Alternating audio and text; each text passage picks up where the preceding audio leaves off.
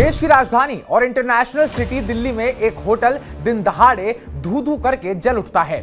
चीख पुकार, भाग दौड़ और जान बचाने को खिड़कियों से कूदते लोग नजर आते हैं। 21 लोगों से ज्यादा जिंदा जलकर मर जाते हैं, शरीर पहचानने लायक नहीं बचते हैं। लेकिन ऐसा हुआ कैसे?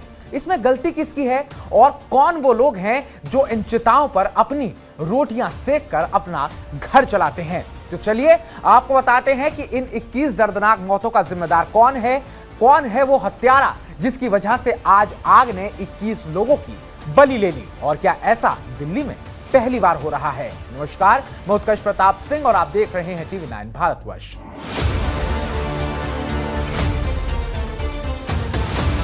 सुबह करीब 8 बजे मालवीय नगर के फ्लोरिश स्टे B&B होटल में आग लगी। ये होटल मालवीय नगर इलाके में एक रेस्टोरेंट के ऊपर था। दिल्ली पुलिस और फायर डिपार्टमेंट की जानकारी के मुताबिक होटल में सिर्फ 6 कमरे बनाने की परमिशन थी, लेकिन मालिक ने नियमों को ताक पर रखकर 25 कमरे बना डाले। ज्यादातर मेहमान विदेशी टूरिस्ट थे जो सुबह सो रहे थे। आग लगते ही दहशत फैल गई। एक ही एंट्री और एक ही एग्जिट होने की वजह से लोग फंस गए। बेसमेंट में ताला लगा था, जिसकी वजह से कई लोग बाहर निकल नहीं पाए और दम घुटने से या फिर जिंदा जलकर मर गए। कई लोगों ने ऊपरी मंजिलों से कूदकर जान बचाने की कोशिश भी करी। स्थानीय लोगों ने मदद करी, लेकिन नुकसान बहुत बड़ा हो गया। अब तक 21 लोगों की मौत हो चुकी है, जिसमें ज्यादातर फॉरेनर्स शामिल हैं। करीब 40 से ज्यादा लोगों को बचाकर अस्पताल पहुंचाया गया और कई गंभीर रूप से घायल हैं। फिलहाल पुलिस ने होटल मालिक के खिलाफ गैर इरादतन हत्या और अन्य धाराओं में केस दर्ज करने की तैयारी कर ली है। ये सिर्फ एक आग का हादसा नहीं है, ये साजिश है। साजिश है उस लाचार और सड़ चुके सिस्टम की जो नियमों को ताक पर रख के चल रहे इन इलीगल होटल्स, बिल्डिंग्स पर कार्रवाई नहीं कर पाया, या फिर यूं कहें कि ये सिस्टम साठगांठ से चुप रहा।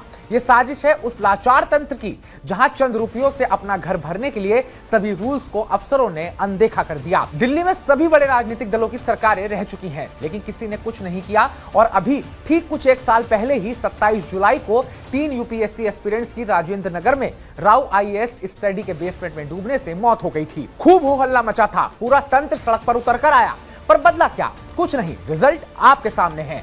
अब सब निकल कर आएंगे, एक दूसरे पर आरोप का खेल खेलेंगे, लेकिन जिनके अपने चले गए हैं क्या वो वापस आ पाएंगे? यहाँ सिस्टम से बड़े सवाल हैं। क्या बिल्डिंग को फायर NOC मिला था?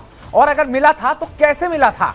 बेसमेंट में अवैध कमरे कैसे चल रहे थे? क्या कभी कोई चेकिंग हुई? ये लापरवाही, करप्शन और सेफ्टी मेजर्स की अनदेखी की कहानी है। कुछ लोग इन चिताओं पर अपनी रोटियां सेकते रहे, नियम तोड़े, अनुमति से ज्यादा कमरे बनाने दिए और सस्ते में होटल चलाया गया और मेहमानों की जान को खतरे में डाल दिया गया। दिल्ली जैसी जगह जहां रोज हजारों पर्यटक आते हैं, वहां ऐसी लापरवाही कितनी खतरनाक है, ये इस हादसे ने फिर से दिखा दिया। 21 निर्दोष जिंदगियां चली गई, ज्यादातर वो भी विदेशी मेहमान जो भारत घूमने आए थे। उनके परिवार अब क्या सोच रहे होंगे? हमेशा की तरह जांच होगी, मुआवजा मिलेगा, लेकिन सवाल यह है, अब तक सिर्फ ऐलान और जांच। दिल्ली जैसे शहर में बार बार ऐसे हादसे क्यों होते हैं? क्या प्रशासन, म्युनिसिपल कॉर्पोरेशन और पुलिस पहले से ही इन अवैध होटलों पर नजर नहीं रख सकते? क्या फायर सेफ्टी चेकिंग सिर्फ कागजों तक ही सीमित रहती है? या हादसे हमें फिर याद दिलाते हैं जान की कीमत कुछ लोगों के लिए सिर्फ कमाई का जरिया बन जाती है? उम्मीद है कि इस बार सख्त कार्रवाई होगी, दोषियों को सजा मिलेगी और ऐसे होटल्स बंद किए जाएंगे जो मेहमानों की सुरक्षा से खिलवाड़ करते हैं। या फिर अगर ऐसा नहीं हुआ तो कुछ और बड़ा देखने को मिल सकता है।